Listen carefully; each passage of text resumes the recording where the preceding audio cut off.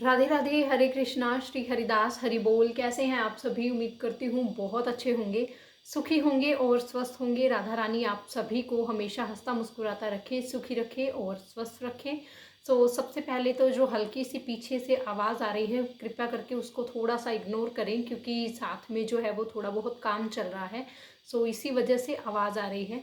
और चलिए आज हम लोग बात करते हैं सप्ला एकादशी के बारे में, जो कि 18 और 19 के बीच में बहुत सारा कन्फ्यूज़न है, इसीलिए बहुत सारे मैसेजेस आ रहे हैं। तो देखिए, सबसे पहले तो हम लोग बात करेंगे कि एकादशी जो है, सप्ला एकादशी का मतलब क्या है। तो देखिए, सप्ला एकादशी मतलब हर एक कार्य को सफल करने के लिए जो भी आपकी मनोकामनाएं होती हैं, जो भी आपकी इच्छाएं होती हैं, जो भी आपके सब कार्य होते हैं, उन सभी की पूर्ति के लिए, यानी कि उन सभी को सफल करने वाली एकादशी ही सप्ला एकादशी कहलाती है। इस दिन आप लोगों की जो भी इच्छाएं हों, जो भी आप लोग मांगना चाहते हो, तो आप लोग कृपया व्रत रखें और ज़रूर मनोकामना करें, क्योंकि इस दिन मांगी हुई मनोकामना ज़रूर पूरी होती है। तो चलिए बात करते हैं कि एकादशी है कब, यानी कि 18 तारीख की है या फिर 19 तारीख की है, यानी कल की है या परसों की है। तो देखिए, सबसे पहले मैं आप लोगों को बता दूं कि एकादशी मनाई कब जाती है। जिस दिन मान लीजिए कि एकादशी का कोई दिन है, कि हमें ये पता करना है कि 2 दिन का कंफ्यूजन है, एकादशी किस दिन है। देखिए, जिस दिन के एकादशी में सूरज उदय होता है, यानी कि बहुत समय ऐसा होता है कि शाम के समय में एकादशी लग रही है या रात्रि के समय में, कुछ समय में एकादशी लग रही है, वो अगले दिन तक रहती है। तो यानी कि वो दिन माना जाएगा एकादशी का जिस दिन में सूर्य उदय हो रहा है, एकादशी वाले दिन। ठीक है। तो इसी तरह से 18 और 19 तारीख का जो भी कंफ्यूजन है लोगों को, वैसे तो देखिए 19 तारीख को सुबह के समय में जब भी सूरज उदय होगा, तो शायद 3 साढ़े 3 इस तरीके के कुछ आसपास का समय है एकादशी शुरू होने का। तो इसमें कोई भी सवाल ही पैदा नहीं होता, एकादशी 19 तारीख की ही है। आप जो भी व्रत रखेंगे एकादशी का, वो 19 तारीख को ही रखा जाएगा। अब चाहे आप राधा वल्लभ जी मंदिर में ले लीजिए, खाटू श्याम जी में ले लीजिए, बांके बिहारी जी के मंदिर में ले लीजिए, हर जगह पर एकादशी 19 तारीख को ही मनाई जा रही है, 19 दिसंबर को ही मनाई जा रही है। आप लोग जो भी व्रत करेंगे एकादशी का, वो भी 19 तारीख को ही किया जा रहा है। तो एकादशी का आप लोग व्रत रखेंगे वो 19 तारीख को रखेंगे। सुबह उठिए, और सूर्य उदय का समय भी कुछ 5:45-6 बजे के आसपास का ही है। तो आप लोग जो भी व्रत कर रहे हैं वो 19 तारीख को सुबह करना है, और अगले दिन उसका पारण होगा।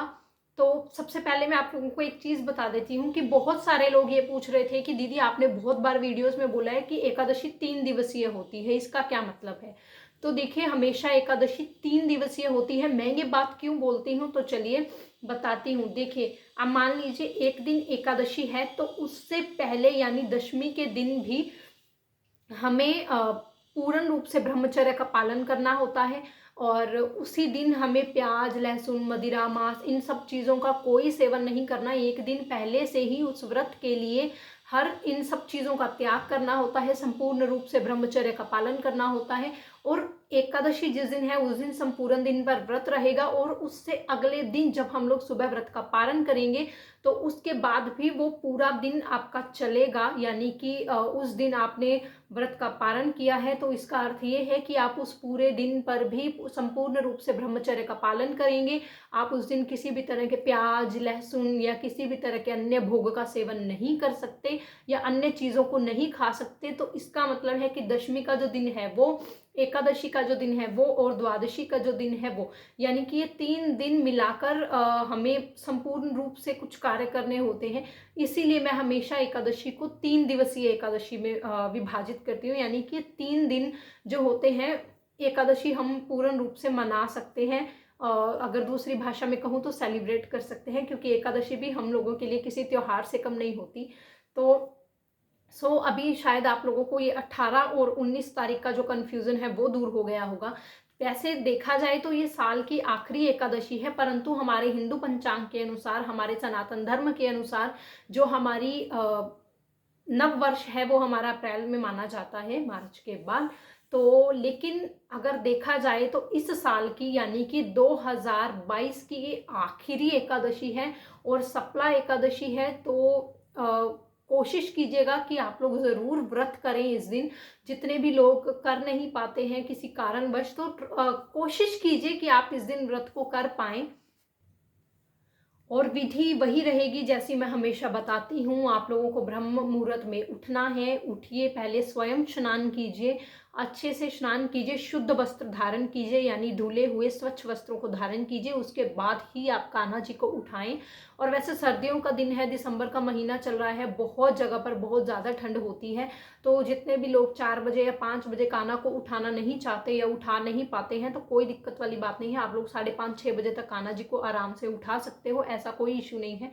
और उठाइए कान्हा जी को। उसके बाद आप कान्हा जी को अच्छे से दूध से, दही से या चंदन से आप लोग कान्हा को स्नान करवाइए, और उन्हें स्वच्छ वस्त्र, अच्छे से धुले हुए नए वस्त्र जो है आप उन्हें धारण करवाइए। और ध्यान रखें कि एकादशी का दिन है, तो तुलसी को जल नहीं देना है और ना ही तुलसी पत्र आपको इस दिन तोड़ना है। तो ध्यान रखें, 1 या 2 दिन पहले से ही, यानी आज ही अगर आप कर लें या कल कर लें तो अच्छी बात है। कल भी अगर आप लोग सुबह के समय में ही कर लें, क्योंकि शाम के समय में थोड़ा बहुत वो दशमी वाला वो चीज़ रह जाती है, तो आप लोग सुबह ही तोड़ के रख लें। तुलसी पत्र को पहले ही आप लोग कान्हा जी के भोग के लिए अलग कर लें। एकादशी के दिन तुलसी पत्र बिल्कुल भी नहीं तोड़े और जल भी ना चढ़ाएं, इस चीज़ का ख्याल रखें खास तौर पर, ठीक है। और अच्छे से आप लोग उसके बाद पूजा पाठ कीजिए, कान्हा का अच्छे से श्रृंगार कीजिए। और एकादशी है तो जितने भी लोग दीप प्रज्वलित करते हैं, चाहे आप लोग सुबह शाम की आरती के लिए करें, बहुत सारे लोग ऐसे हैं जो एकादशी पर अखंड दिया प्रज्वलित करते हैं, तो जब भी आप लोग दिया जलाएं तो ध्यान रखें कि आप नीचे जो भी आप थाली में रखते हैं, मंदिर में रखते हैं, जिस भी चीज़ में रखते हैं, नीचे आसन बिछा हो। और वैसे तो जब दीप प्रज्वलित किया जाता है तो हमेशा नीचे स्वास्तिक बनाया जाता है या चावल रखे जाते हैं, परंतु अब ये एकादशी का मौका है तो चावल कहीं पर भी यूज़ नहीं होना चाहिए, ना खाने में, ना किचन में, ना पूजा में, देखा भी नहीं जाता है, चावल मनाही होती है। तो आप चावलों की जगह पर फूल यूज़ कर लीजिए, गुलाब के फूल ले लीजिए, गेंदे के फूल ले लीजिए, किसी भी तरह के फूल लेकर उन्हें अच्छे से नीचे सजा दीजिए। अदरवाइज आप स्वास्तिक बना सकते हैं। तो इस तरीके से आप गेहूं ले लीजिए, इस तरीके की चीज़ें लेकर आप नीचे उसके बिछाकर उसके बाद ही आप लोग दीप प्रज्वलित करें। और ध्यान रखें कि दीप जलता रहे, यदि आप लोग अखंड दीप जला रहे हैं तो। लेकिन यदि आप सुबह शाम की आरती कर रहे हैं तो भी चलेगा, कोई दिक्कत वाली बात नहीं है। और पूर्ण रूप से आप लोगों को ब्रह्मचर्य का पालन करना है, पूरा दिन आप लोगों को व्रत रहना है। और व्रत में यदि बहुत सारे लोग ऐसे हैं जिनके प्रश्न ये आते हैं कि हम लोग पूर्ण रूप से व्रत नहीं रख सकते हैं, निर्जला व्रत भी नहीं रख सकते हैं, तो ऐसा कोई वो नहीं है। देखिए निर्जला व्रत वाला, क्योंकि निर्जला व्रत जो है वो निर्जला एकादशी के दिन खास तौर पर रखा जाता है, उस दिन आप लोग जल नहीं पी सकते। अदरवाइज यदि ऐसा है कि आप लोग नहीं कर सकते तो जल पी सकते हैं, पानी पी सकते हैं, दूध पी सकते हैं, ऐसी ऐसी चीज़ें, मतलब दूध हो गया, जूस हो गया, एक टाइम पर आप लोग ले सकते हैं। यदि आप लोग बिना जल के या बिना दूध के रह सकते हैं तब भी निर्जला व्रत धारण करें, पहले से संकल्प लेकर। जब आप सुबह खुद स्नान करेंगे, पूजा पाठ करेंगे, उस समय पर लाला को श्रृंगार करवाने के बाद दीप प्रज्वलित करके आपको व्रत का संकल्प लेना है कि आप किस तरह से व्रत रख रहे हैं। तो ये चीज़ आप पहले ही बोल दें। यदि आप लोगों को संपूर्ण रूप से ये चीज़ लगती है कि आप निर्जला व्रत रख सकते हैं तभी रखें, अदरवाइज आप लोग एक समय पर भोजन कर सकते हैं। और भोजन में भी आप सिर्फ फलाहार कर सकते हैं। आप सेब ले लीजिए, केले ले लीजिए, या कोई भी मौसमी जो फल हैं आप उसे ले लीजिए, या दूध पी सकते हैं, बस इतना ही। इसके अलावा वैसे तो हम तो यही कहेंगे कि बिना कुछ खाए पिए रखें, परंतु मैं खुद समझती हूँ कि बिना कुछ खाए पिए नहीं रख सकते, क्योंकि मैं भी नहीं रख सकती और मुझे तो डॉक्टर ने स्पेशली मना कर रखा है भूखे रहने से, कि मैं भूखी ना रहूँ। तो यदि मैं व्रत रखूंगी भी तो भी मैं एक समय पर फलाहार ज़रूर करूंगी। आप दोपहर के समय में फलाहार कर लें। और इस दिन संध्या के समय में शिव जी की पूजा का, एकादशी वाले दिन शिव जी की पूजा का बहुत अधिक प्रावधान होता है। दान कीजिए चीज़ों को, बहुत अच्छा रहता है। अपनी चीज़ों को सफल बनाने के लिए, अपने कार्यों को सफल बनाने के लिए दान कीजिए।